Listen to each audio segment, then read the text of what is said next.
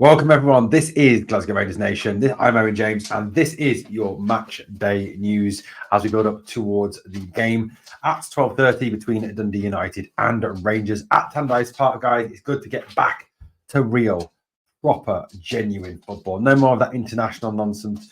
No more rubbish. It is time to get this season back on track.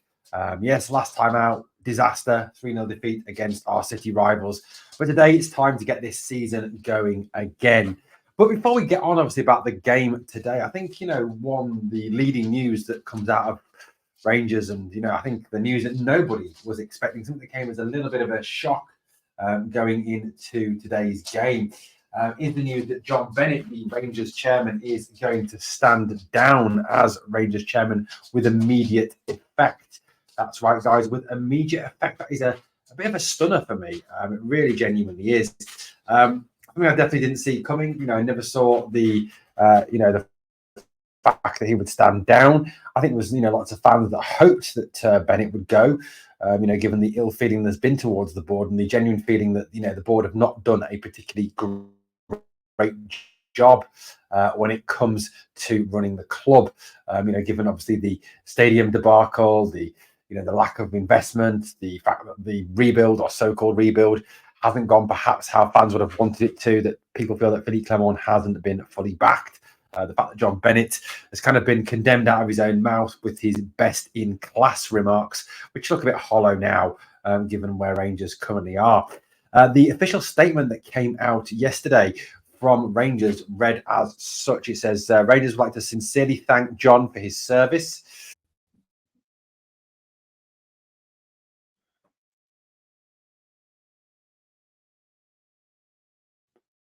What's he doing? Why? Sincerely thank John for his service and his significant commitment over the last 9 years and wishes him a full and speedy recovery. It is requested at this time his family and his privacy is respected. The board thanks John for stepping in at a short notice and believes his experience in senior business will be invaluable at this time. That is referencing John Gilligan, who will take over as the acting chairman upon Bennett's departure. The statement then went on to say the board is undertaking a robust process with the help of professional advisors to fill the roles of CEO and chairperson. In the meantime, the club's executive management team will continue to lead the club on a day-to-day basis. So obviously the big news there that John Bennett will go. Now, it was also revealed in a number of media sources yesterday evening and this morning as well, is that John Bennett will not be withdrawing his money from Rangers and will remain as a director. John Bennett has somewhere in the region of around £23 million worth of loans in the club, but apparently will not be asking for that money back in the short term, and certainly will be not taking his money out of the club.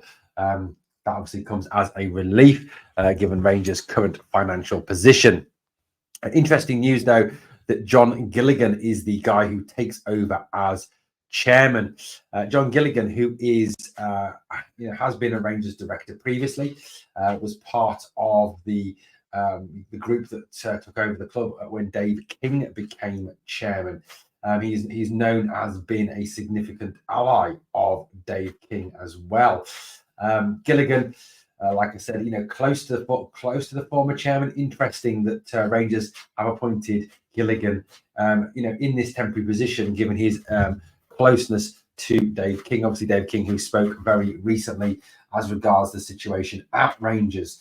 Even when he spoke, King, about the situation at Rangers, there was no hint at that time that John Bennett would be gone or John Bennett would be going. It does appear, like I said, that Gilligan is only a very short-term member of this board, a short-term appointment. It's interesting as well that Rangers appear to be seeking outside advice when it comes to recruiting a CEO and a chairperson. Interesting that the use chairperson, not chairman, but chairperson, meaning obviously that role is open to both males and females in this politically correct day and age in which we live. I think, this is a step forward, because I think it's quite clear that whatever we've done to this point in terms of trying to recruit a CEO, which, I've spoken on videos previously, is absolutely vital that we get someone involved, someone who is, football experience, but also business experience to not only get right off the field, but get right on the field what is happening with the club.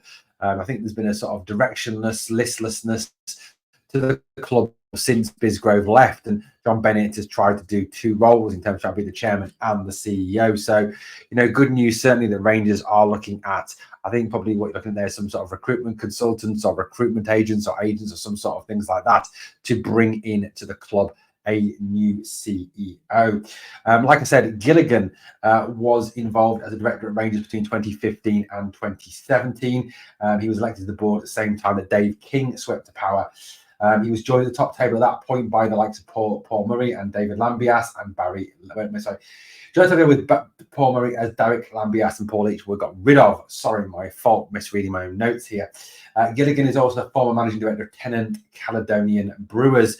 He was involved in the recruitment of Mark Burburton and Davy Weir, although that did not go particularly well, did it now?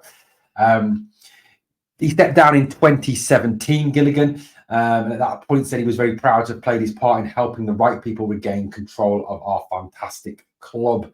It was a long struggle, but words can never describe the joy and the thrill of winning the critical EGM. That memory will remain with me forever.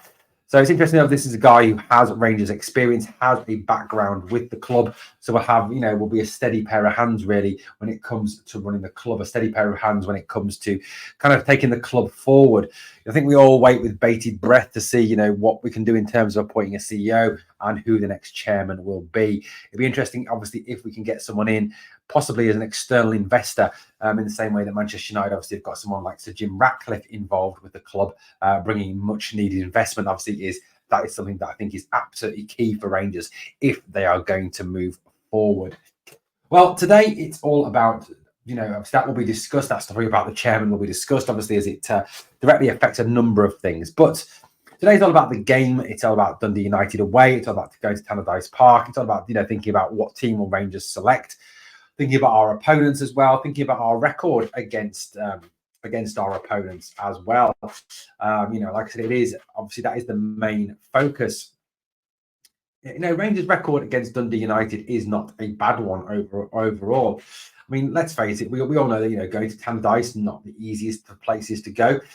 Someone who grew up in the 80s, grew up during the 80s. I remember the Dundee United team under Jim McLean, and the one that actually got into the UEFA Cup final, I think it was, lost to Gothenburg, I believe. I might be very much wrong on that, not being a Dundee United fan. I'm kind of delving back in my memories of past. But if we look at Rangers' past record against Dundee United, and a little bit of insight, and then we'll talk about what team I think the Rangers may play, and a little bit about our opponents today. I mean, overall record, Rangers very, very good indeed. 77 total games against Dundee United. Obviously, there was no games last season because of the fact Dundee United were in the Championship after their relegation. 47 wins out of 77 for Rangers, 17 for Dundee United in that time, and 13 draws.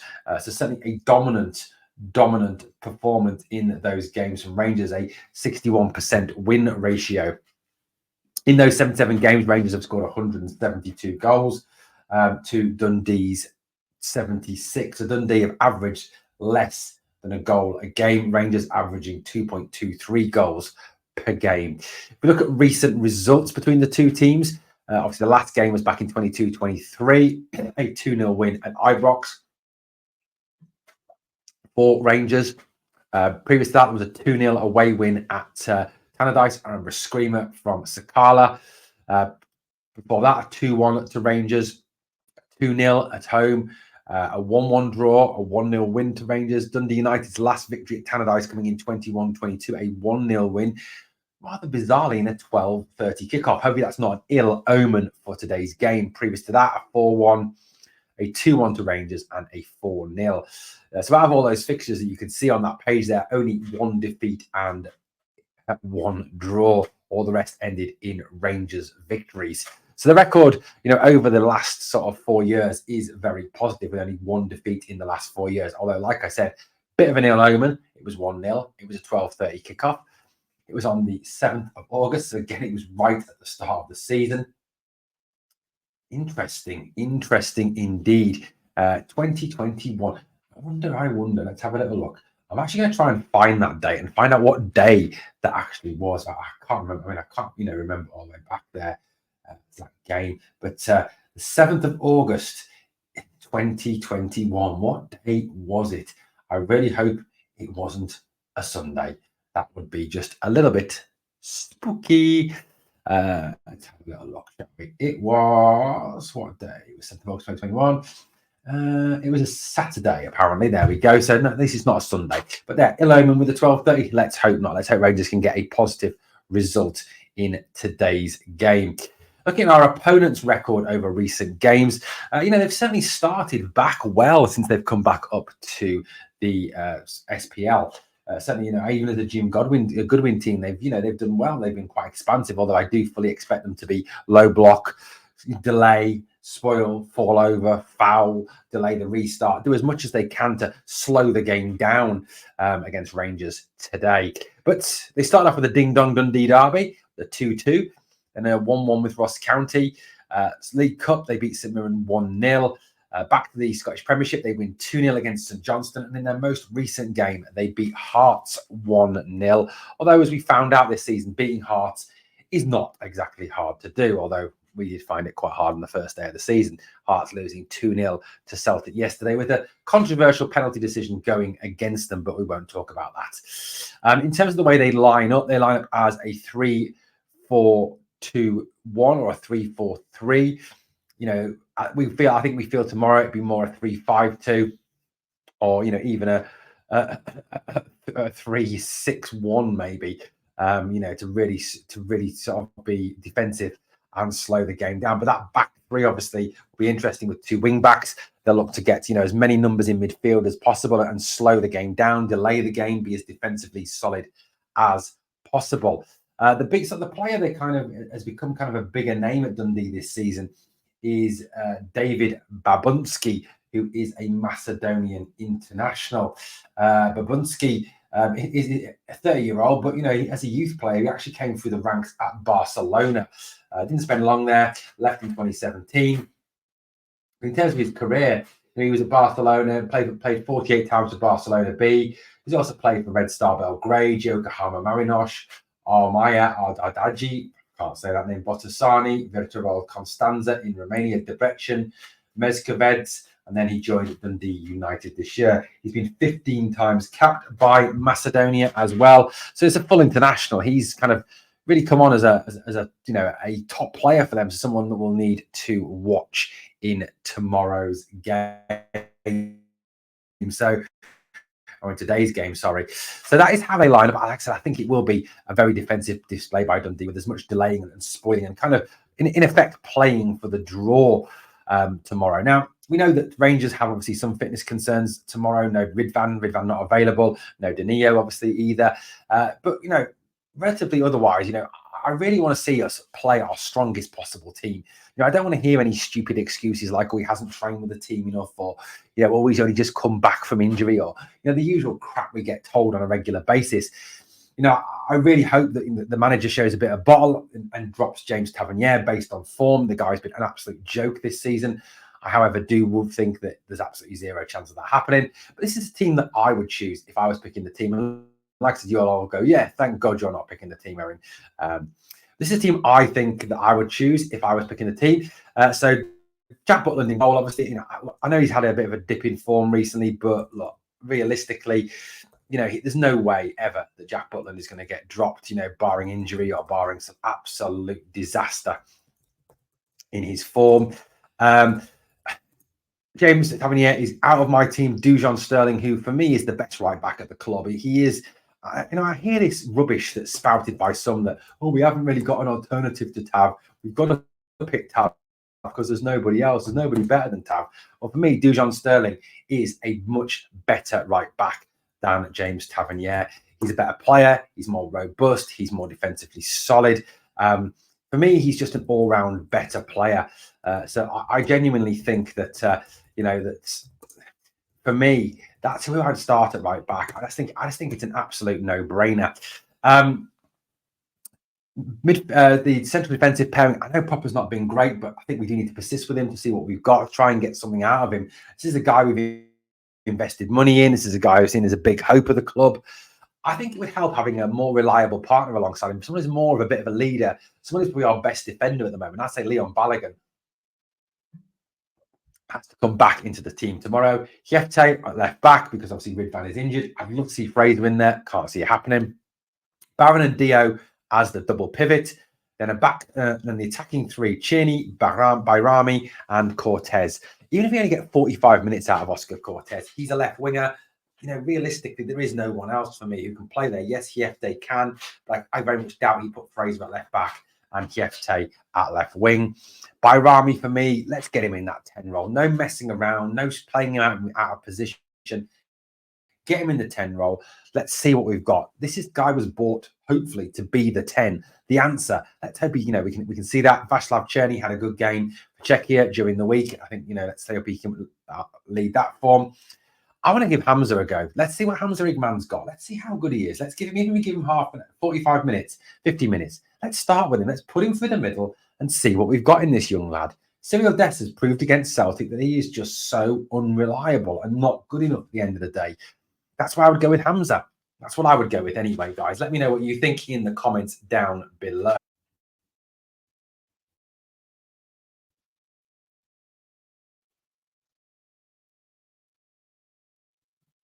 However, I don't believe for 1 minute that that's what Clement will go with. I genuinely believe there is zero chance of that lineup ever happening.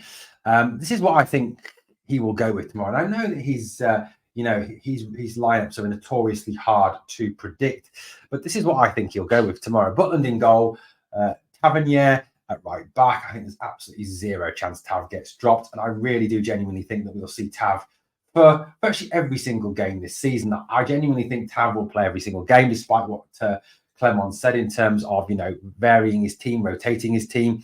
It just seems that James Tavernier, no matter how shit he is or bad he plays, he'll play. He'll play week in, week out. It's almost like the manager's scared of him. Suter and Proper will be a central defensive pairing, as that seems to be his favoured central defensive pairing. Chieftain at left back. Then it'll be Barron and Diamande. I think, that they kind of pick themselves at the moment, don't they, Barron and Diamande? Tierney, I think he'll start Lawrence in the 10 role. McCausland on the left. Dessus, I think Bayrami will be on the bench. I think Cortez will be on the bench. Listening to what the manager said the other day about, he's only had one training session with us. We'll make a decision, as of Saturday. I genuinely think there's absolutely no chance that Bayrami starts. I think he'll put him on the bench. I think if he does start Bayrami, he'll probably stick him on the left wing or something stupid like that, like he did with Fabio Silva, play him out of position. And I think the manager is way too guilty of doing that at times, playing round pegs in square holes. I think the manager, really doesn't do himself any favours at all when he makes ridiculous decisions like that. I think Clement at times, is his own worst enemy with that. So I do think there's a good chance that if Bayrami does play, he'll be played on the left wing, played out of position, probably not look that great. And everyone will be going, he's so shit, which is not fair. Give the lad a chance. I'm sure if he's actually played in his 10 role, this lad will turn out to be an absolute baller. Right, guys, what have we got prediction-wise? I'm going to go 2-1 Rangers. I don't think we'll keep a clean sheet, especially not if Tav plays. So I'm going to go 2-1 Rangers, 2-1 victory. But it's not just about the win tomorrow, is it? I mean, yes, the win is all important with the fact that, obviously Celtic won yesterday. Aberdeen won again yesterday. A 2-1 victory, I think, over Motherwell. So it is very much about getting the 3 points on the board. But it's also about starting to see a performance, starting to see Rangers moving forward. And that's why I really hope he plays his strongest team with Bayrami, with Cortez, with Sterling at right back instead of the useless James Tavernier. So that's what I want to see, guys. But look, who knows what's going to happen in terms of team selection. Thank you for watching Glasgow Rangers Nation, guys. As always, if you can do me a couple of favours on the way out, smash the sub, smash that like, drop a comment, and remember always, we are